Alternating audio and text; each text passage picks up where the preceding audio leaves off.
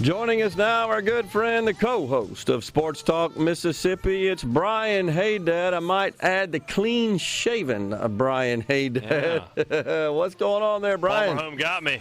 Palmer Home got me. I said $300,000 I'd shave, and I did it during a commercial break. I made it quick. Yeah, $7,000, pardon me, is the. That was outstanding. Yeah, wasn't it though? Wasn't that a lot of fun? Love to see it, especially the last 3 minutes where we basically put together a 2-minute drive, and I made a reference that would warm your heart. I said, if we gave Lane Kiffin 3 minutes and 40 seconds, he could score 2 touchdowns. We can get this money in 3 minutes and 40 seconds, and we did. We certainly did. You guys did a fantastic job, and Rhino and I had the pleasure. I think you may have been around as well. That still the vision, honestly, Brian, that stays with me is those kids coming in and forming into line for lunch. And the workers there at the Palmer Home, and seeing their faces light up, and just them hopping around, being children, being happy, feeling good about their circumstances. That's what it's all about.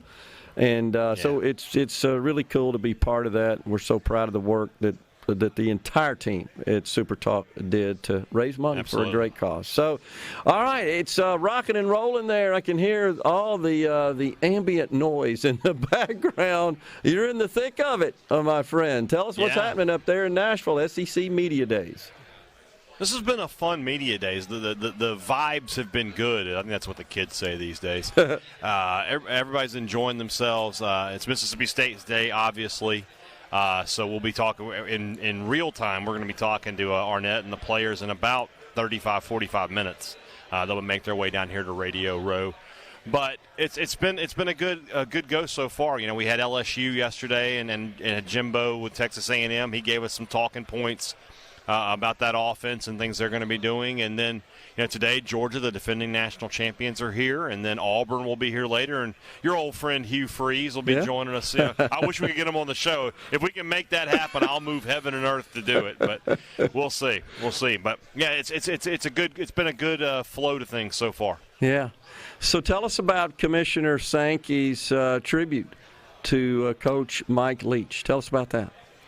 I was able to run into to Commissioner Sankey last night at they had a reception for all the media members, and I spoke to him and thanked him. I said I thought that was a very good and fitting tribute. Yeah. So basically, he told us that last year he'd been talking to Mike and had said Mike had made the comments like, "Why do we wear ties?" You know, he was going off on the uselessness of the necktie, and he said, you know, there was a time when all men wore powdered wigs and neckties, and somehow the powdered wig didn't survive, but the necktie did.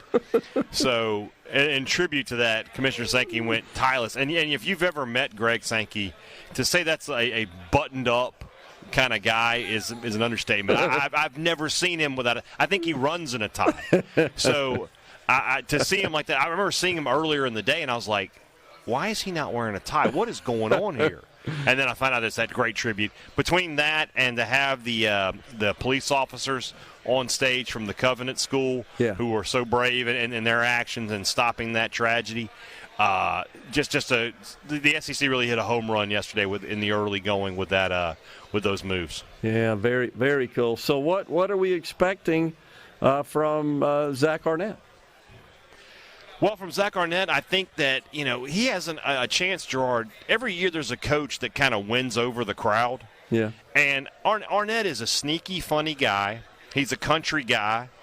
And I think he's got a chance to come up there and maybe deliver some one-liners and, you know, and win the crowd over and get people, you know, excited and talking about him. That being said, I think his message is going to be that of, you know, Coach Leach may be gone, but the principles and the things that he taught are still going on at Mississippi State. And this is still going to be a hard-nosed football program, a tough football program. It's certainly not going to change under Zach Arnett's watch. And that they're going to continue to build upon the success they had last year that Coach Leach set them up for. Yeah. And then, you know, to look into this season and have another successful season. What are you hearing about the players embracing of Coach Arnett?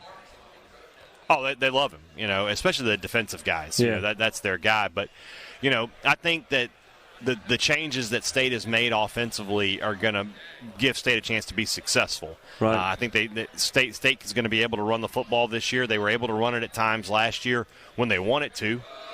This year, I think this offense is going to be good. It'll be more balanced.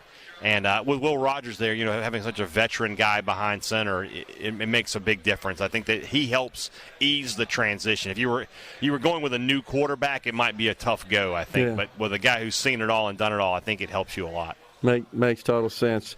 Is there any buzz going around about this NIL stuff?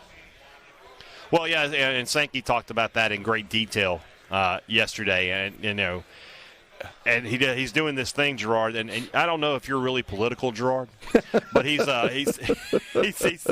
they're basically they want to have Congress step in and take over and first off, I mean, was it President Reagan who said the scariest thing you can hear is "I'm from the government and I'm here to help"? Yeah. I mean, I don't ever want to hear that. Congress can't do anything right, and we're going to ask them to fix this. This is something that the NCAA deserves a ton of blame for. This. They kicked the can down the road. They didn't want to address the issue until we got to the point where they had no choice. We reached a tipping point, and now here we are. And for me. Maybe Richard likes to get on me all the time and talk about how liberal I am. I'm a capitalist. If the market says that these players are going to get this money, give it to them. What do I care? Yeah. But, I understand that it's also not really viable to have to consistently re-recruit your roster every year. I think it's more that the portal has given you this unlimited free agency. And it allows players to basically step out and check out what their market worth is. In the NFL, you have a contract. Once you're under contract, that kind of is what it is. But now a player can, and I think Lane Kiffin talked about this last year. He said, if I was a top player, I'd go in the portal just to see what I could get. Sure. And if you can get a better deal, take it. Yep. So, I mean, that's going to be tough. You look, Ole Miss, they bring back Quinshon Judkins last year. He's got a great NIL deal. They're going to have to do it again next year. Because every team in the country would take Quinshon Judkins. There's not a single team in college football that would say, no, we're good. We don't need the best running back possibly in college football. So it's tough. And I agree they have to find some answers. I just don't know that asking the federal government to do that for you is the right path. Yeah.